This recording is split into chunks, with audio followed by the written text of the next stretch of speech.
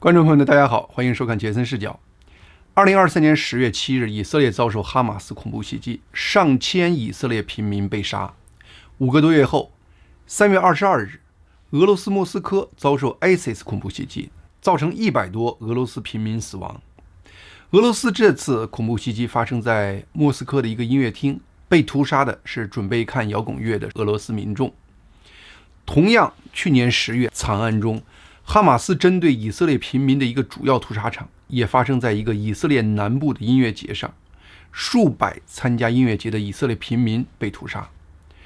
这两起相隔不到半年的恐怖袭击，他们之间众多的相似之处，并没有妨碍屠杀以色列平民的哈马斯在第一时间发表声明，强烈谴责 ISIS 对莫斯科的恐怖袭击。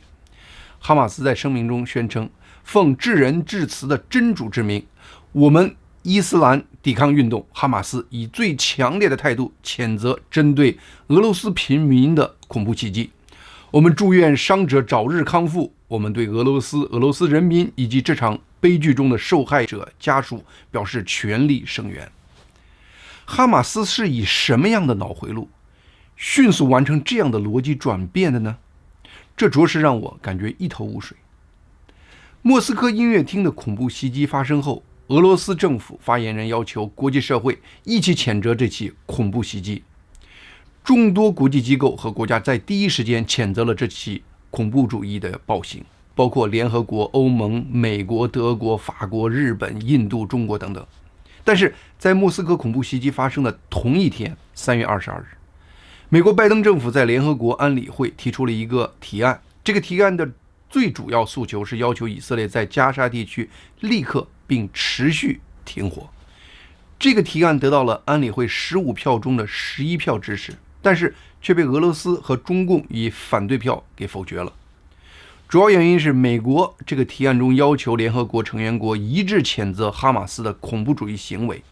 并要求哈马斯释放所有他们在10月惨案中扣押的人质。这是个什么逻辑？为什么不能要求哈马斯释放被扣押的平民人质？把无辜的孩子从家里抢走做人质，怎么就一下成了不能谴责的正义行为了呢？对俄罗斯平民实施恐怖袭击的 ISIS 恐怖主义分子，世界应该谴责；对以色列平民实施恐怖袭击的哈马斯，世界却不能谴责。俄罗斯和中共在同一天这两个逻辑相反的表态，这又是通过一个什么样的奇怪脑回路实现的呢？恐怖主义行为不属于常规战争，它和战争中对平民的误伤是截然不同的两个概念。在一场正常的战争中，战争双方针对的主力是对方的军队，对平民的误伤是战争的不幸副作用。而恐怖袭击却不是这样，它的整个策划就是针对赤手空拳的平民，它的主体屠杀目标就是平民，它的胜利标准也是屠杀平民的数量。恐怖主义以毁灭无辜生命的方式来表达自己的政治诉求，这是对人类生命的轻蔑和践踏。这样的恐怖主义属性在莫斯科音乐厅的恐怖袭击中清晰地展现出来，在对以色列南部音乐节的恐怖屠杀中同样清晰体现出来。因此，恐怖主义是世界的毒瘤，是人类的公敌。这原本应该是一个非常简单和不言而喻的认知理念，但是在当今世界，这个观点却也成为一个争议性话题。我们目前就生活在这样一个世界中，观点经常碾压事实，情绪经常碾压理性，真理和道德变成了一个相对的概念，大到一个国家，小到一个个人，似乎都逃不出这个框框。我制作每期节目一般要花30个小时，这个工作量在有全职工作的情况下，对我确实有挺大的压力。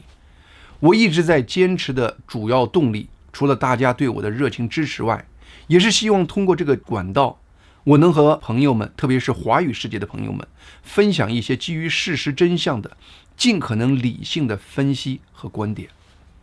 不幸的是，这个理想做起来要比想象的难很多。虽然有你们这些朋友持续给我鼓励，给我坚持的动力，但是同时我也清楚地看到，大多数人真正喜欢看的是符合自己观点的事实，迎合自己情绪的分析。请大家不要误解，我不是在抱怨任何人或任何情况，我只是在阐述我看到的一个人性的特点，那就是先入为主。人从一张白纸开始被别人植入各种观念，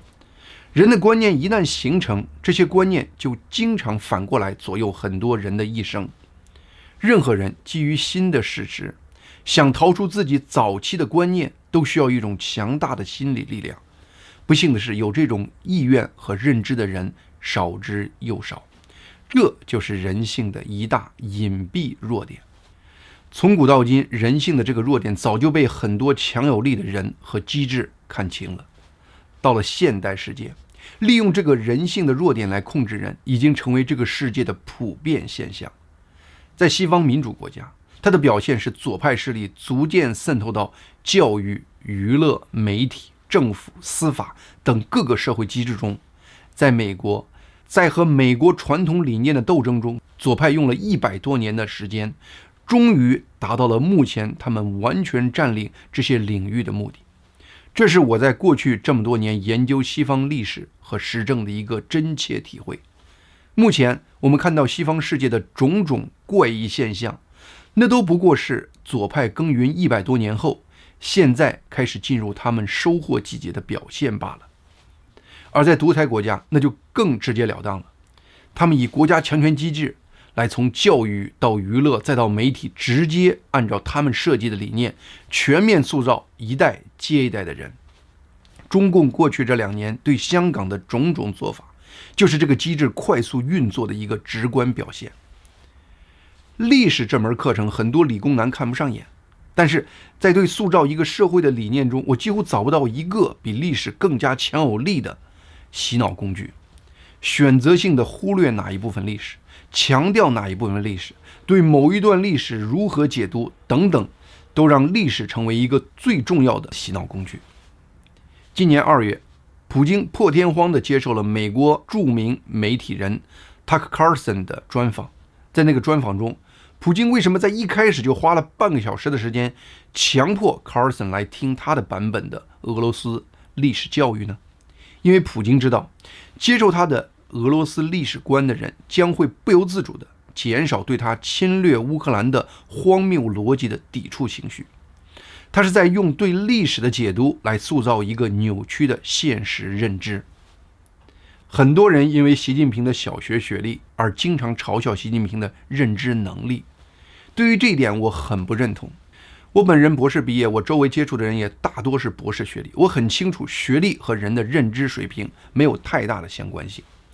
习近平可能在某些方面的确有认知不足的问题，例如他对西方世界运作机制的认识，他对很多经济系统的运行规律的认知等等。但是在控制人，特别是控制人的思想这些领域，各方面信息显示，习近平的认知水平远远超过一般人。最近《华尔街日报》刊登了一篇非常有趣的文章，文章阐述了习近平对中共编撰清朝历史的项目的高度重视。这个报道让我有机会窥见习近平的另一面，让我清楚看到了一个思维缜密的设计中国人历史观的习近平。了解中国历史的人都知道，中国上千年的历史都有一个隔代修史的概念。隔代修史是中国古代历史文化中一个独特而深远的概念，它是指一个朝代的所谓正史，不是由这个朝代自己直接编撰的，而是由其后的一个朝代对这个朝代历史的描述。这种做法源于中国古代对于历史严谨的态度。通常大家都知道，由后一代来编写前一代的历史可能会更加客观和公正，因为它能够避免同时代人在记录历史时可能出现的偏见和利益冲突。正史的内容包括了帝王的世袭、社会政治、经济、文化以及对外关系等多个方面。在中国历朝历代，隔代修史都被视为一项非常重要的国家工程。中国24史从史记到明史，大多都包含了隔代修史的原则。例如，宋朝的宋史是在元朝编撰的，明朝的明史是在其后的清朝完成的。中共在1949年夺取中国大陆的政权后，没几年，毛泽东就提出了要给上一个满清皇朝编写一个正史，也就是沿用隔代修史的概念来完成第25史清史。虽然在清朝灭亡16年后，在1928年，当时的民国政府出了一个版本的清史，但是因为种种原因，很多人认为那个版本的清史是一份不完整的草案，内容不够完整，很多叙事也不够详细。老毛的意思是想把清史重新全面编写一遍，用中共的清史来代替民国出版的那个清史。老毛一发话，周恩来立刻跳起来响应和行动。于是在周恩来的支持下，中共正式确立了清史编写项目。清史编写的工程终于拉开了序幕。但是后来文化大革命就开始了，那时候红卫兵是要和中国封建历史割裂的，谁还敢给满清皇朝写史呀？于是编写清史的工程在文化大革命闹闹哄哄的运动中就不了了之了。目前中共的清史编撰项目是在2002年才正式确立的。这个项目的再次确立是一个叫戴毅的中国历史学家努力30年的结果。1965年，当时39岁的戴毅就是中宣部筹建的清史编写委员会的一个委员。但是1967年文革爆发之后，戴毅因为他写的一些历史评论文章而被关入牛棚，下放武器干校养猪。这猪一养就是6年，直到1973年，中共才把戴毅又放回北京。在那之后的近30年中，戴毅不断通过各种渠道推动中共再次启动官修清史的工程。最后第5次动议终于被提交到2001年的中共两会，经朱镕基、胡锦涛、李兰清等中共政治局常委批准，中共清史撰修工程在2002年正式启动。戴毅本人在他76岁高龄时出任中共清史编撰委员会的首任主任。历代修史都是一个很庞大的系统工程，中共的清史编撰工程也是一个浩大的工程。光参加这个项目的历史学者就超过2000人，而且这一干就是10几年。他们收集、整理和研究大量的历史资料，包括政治文献、经济记录、文化作品等等。研究涵盖了清代的政治、经济、文化等多个方面。编撰团队还花了多年的时间，一点一点地修正了早期手稿中出现的一些错误。习近平2012年掌权后，出乎很多人的意料，习近平对这部清史编纂工程可谓是上心至极。作为中共的最高核心领导人，他居然多次就编写进展要求汇报，并亲自审阅提交的材料。2016年，他还专门指示编撰团队要在确保质量的前提下加速进度。之后，习近平还通过戴毅告诉编写团队，在审查边境、海洋、民族、宗教和外交等敏感内容时，必须格外严格。吃过中共铁拳苦头的戴毅当然知道中共的历史研究是服从于中共的政治需要的，因此戴毅一直非常注意，努力保证清史的编写是符合中共核心意志的。所以为因应时事，清史编写委员会会不断被要求加入新的章节和内容。例如2013年，中共到菲律宾的家门口对那里的南海岛屿主权提出要求，菲律宾被迫无奈，不得不到国际法庭就中共的行为告状。为应对这个政治需求，戴毅紧急提出要求编写组增加一个关于海洋事务的章节，保证这个章节的历史描述，佐证中共的立场，也就是证明清朝是如何对那些水域及岛屿行使主权和控制的。正是因为这样的不断变化的政治需要，清史编写团队的任务不断调整和增加，最后终于在项目启动16年后，在2018年完成了清史的初稿，交付中共审查。在截稿时，清史包含103卷，总共3200万字。大家知道，一部8万字的小说就能算长篇小说了，3200万字那就相当于400部长篇小说。对这部清史的正式审查于2019年开始。2019年，中国的政治气候已经和2002年清史编撰工程启动时的政治气候大不相同了。习近平对清史的审查极端重视，亲自批示，指明方向。习近平要求审查工作要质量优先，持续改进，严格审核。于是由中共中宣部、社科院和习近平亲自倡导成立的中国历史研究院共同组成核查团队，光参加核查的人就有130人。这次史无前例的审查工作可谓是波谲云诡，反复曲折。这一审又是4年，到2023年，他们终于拿出了一份长达130万字的评估报告。评估报告对清史初稿的核心意见是，这部清史初稿的很多内容都没有代表人民的利益，更重要的是，它不符合习主席对未来发展的愿景，因此需要大量修改。评估报告的批评主要集中在2方面，一是参与编写清史的学者引用满文、维语等多种语言资料，把清朝描述为一个由满族领导击败明朝的汉族，并吞并中国周边多个地区和民族的扩张性帝国。而习近平一直反对把清朝视为征服帝国，因为这种说法可能在西藏、新疆等边境地区激发分裂情绪。习近平要求强调清朝管理着一个统一的多民族国家，就如同当前的中共一样。习近平对中国历史的说法是，中国历史上从没有对其他民族进行过征服，中国只与那些渴望成为中华民族一员的民族幸福统一。二是批评目前清史过多展现了西方对中国当时政治变革的积极影响，中共希望减少这方面的描述，更多强调西方帝国主义对中国社会的负面影响。因为中共长期的宣传是中共把中国人从西方列强对中国的100年屈辱中挽救出来的。面对这份评审报告，清史编委面临多个艰难抉择，该对原稿进行多少修改？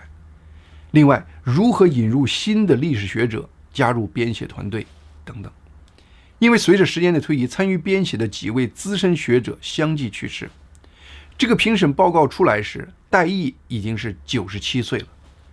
看到这个结论后，戴毅知道自己在有生之年看到清史正式出版的可能性已经没有了。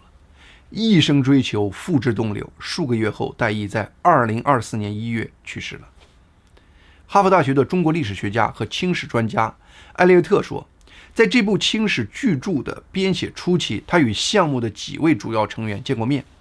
他当时的感觉是，虽然大家都知道项目服务于政治是最高原则，但在项目中，学术研究和对真实史实的追求的想法还是有的。可现在，纯粹的政治驱动已经完全取代了一切学术追求。原稿中已经写完的一些章节将被全部推翻重写，未来的内容已经没有什么历史学上的价值了。奥威尔在他的著名小说《1984》中写了这样一句话：谁掌握了过去，谁就掌握了未来；谁掌握了现在，谁就掌握了过去。习近平正在尝试用他现在的权力来改写历史，影响未来。下面还有一些时间，我们来谈谈拜登政府和乌克兰之间最近出现的一些怪异互动。最近在战场上，总体来说，乌克兰处于越来越被动的局面。因为美国军事援助的停滞，而欧洲援助的数量不够，速度又缓慢，所以在战场上，乌克兰一方部队人数和武器均处于劣势的现实越来越明显。在东部战线，乌克兰军队被迫撤出长期死守的阿夫迪夫卡镇，随后在多个地区又被俄罗斯军队进一步逼迫撤退。目前，俄罗斯军队处于进攻一方，而乌克兰军队处于防守一方，整个战争态势对乌克兰非常不利。3月21日和22日连续2天夜间，俄军针对乌克兰的电力系统和其他能源基础设施发动大规模空袭，发射了151枚弹道导弹、巡航导弹和爆炸性无人机。乌克兰防空部队说，他们成功拦截了俄罗斯发射的151枚中的92枚，但其中不包括任何一枚弹道导弹，因为最适合拦截这类导弹的是美国的爱国者防空系统，而乌克兰目前却没有足够的爱国者防空系统导弹来保护这些基础设施。与俄罗斯接壤的北部哈尔科夫地区被攻击受灾最严重，有70万人断电。周五早上，乌克兰最大的水电站第聂伯水电站在遭到了数枚导弹袭击后发生了火灾，好在目前大坝还没有崩塌的风险。最近又传出消息说，在俄罗斯大选后，普京决定再次在俄罗斯大规模征兵，大约50万人投入乌克兰战场。网上消息说，在3月20日，俄罗斯国防部长绍伊古在俄罗斯一个高级军事会议上宣布了这个征兵的总统令。据说绍伊古宣称，俄罗斯将新建2个地面军，这2个军的总兵力超过8万人，另外还要新建30个军事编队，包括16个旅和14个师。以此计算，俄国这次计划增加的兵力在24万到77万之间。显然，普京是想通过这次俄罗斯大扩军来造成对乌克兰军队在战场上的压倒性优势，从而在战场上完成彻底击垮乌克兰军队的目的。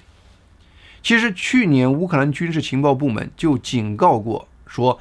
普京会在俄罗斯大选后再次大规模征兵，因此前乌克兰总司令扎卢日内将军曾经向泽连斯基提出，乌克兰急需征召至少40万乌克兰新兵，做好战争进一步扩大的准备。遗憾的是，扎卢日内将军在今年2月已经被泽连斯基解职，而乌克兰议会目前还在为新的动员法中的4000多条修正案苦苦挣扎，通过这个法案更是遥遥无期。况且就是开始征召新兵，这些新兵也需要一定时间来进行训练，把训练不足的新兵投入战场，死亡率会非常高，那是非常不负责任的表现。目前看，乌克兰能够及时征召大量新兵，并把他们培训到位，能够应对俄罗斯这轮大规模征兵出现这种理想状态的可能性非常小。因此，如果没有西方的紧急援助，未来乌克兰战场对乌克兰极端惊险。如何保证乌克兰军队不会在未来战场上全面崩溃，成为乌克兰目前面临的最大危机。目前在俄乌冲突中，乌克兰几乎唯一的亮点就是乌克兰制造和使用无人机的能力在快速增强，特别是乌克兰利用无人机深入俄罗斯腹地进行远程攻击的能力在快速提高。在过去1个多月中，乌克兰利用这个新的军事能力，开始积极有效地实施一个新的针对俄罗斯的战略思路，就是用装有炸药的有远程攻击能力的无人机对俄罗斯境内的炼油厂发动攻击。这样一方面可以降低俄罗斯汽油和柴油的产量，导致价格上涨，削弱俄罗斯军队的能源补给能力；另一方面也可以用来打击俄罗斯的能源出口，削弱俄罗斯持续支持这场战争的经济能力。因为炼油厂是俄罗斯的一项重要收入来源。在过去几个月中，乌克兰在这方面的攻击非常成功。乌克兰对俄罗斯石油基础设施的攻击，在专家的咨询下，每次攻击都是俄罗斯炼油厂中最核心、最不容易修复的部分。很多攻击造成的损失，俄罗斯至少需要数个月才能修复。一连串的对俄罗斯石油基础设施的成功攻击，真的在短时间内就迫使俄国的炼油量跌至近1年的最低点，逼着俄罗斯不得不宣布从3月1日起暂停俄罗斯的汽油出口6个月，以保证俄罗斯国内有足够的汽油供应。作为乌克兰盟友的美国拜登政府原本应该为乌克兰这样的低成本高回报的策略欢欣鼓舞，但让人惊讶的是，乌克兰的这些攻击行动却让拜登政府非常煎熬。最近《金融时报》引述匿名官员的话说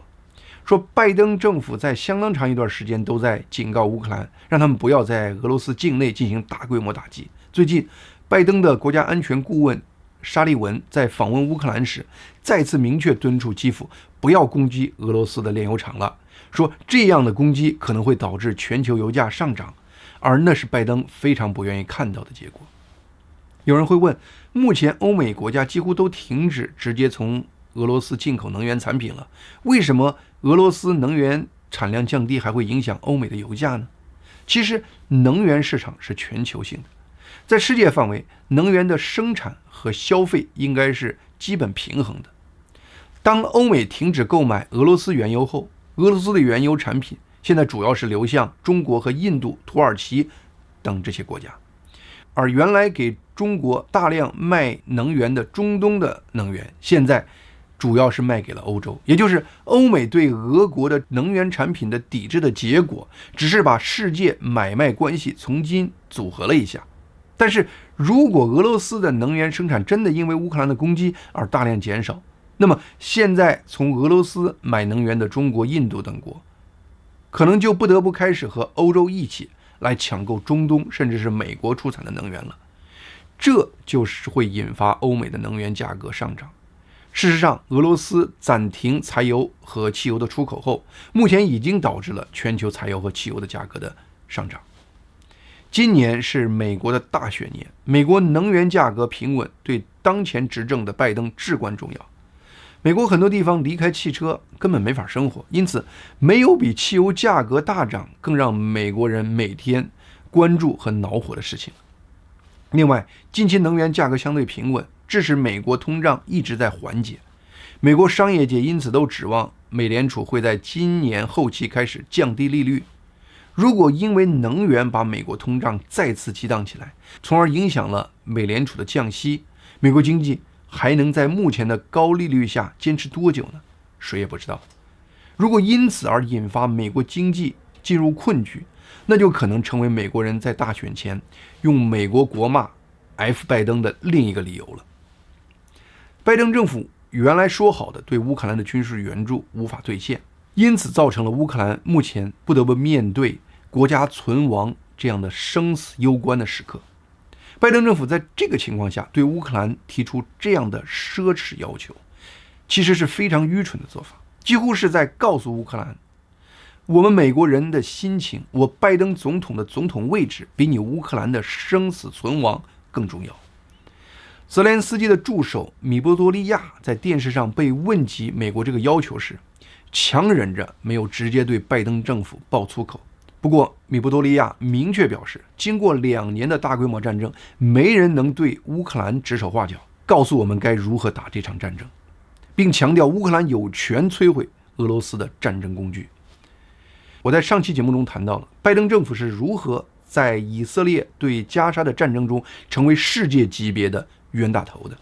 一方面向以色列和巴勒斯坦人两边送钱，另一方面却被两边骂，被两边恨。现在在乌克兰问题上，拜登政府似乎又在直奔世界级冤大头的角色而去了。在美国给乌克兰提供了750亿美元的援助后，近期乌克兰从民间到官方对美国的怨恨情绪也开始暴涨。对此，我们是应该感叹贪婪的人性跳不出升米恩斗米仇的境地呢，还是要感叹拜登政府的屡屡犯这样愚蠢的错误呢？好，今天节目就到这里，谢谢大家的收看，希望大家能够订阅和推荐杰森视角这个频道。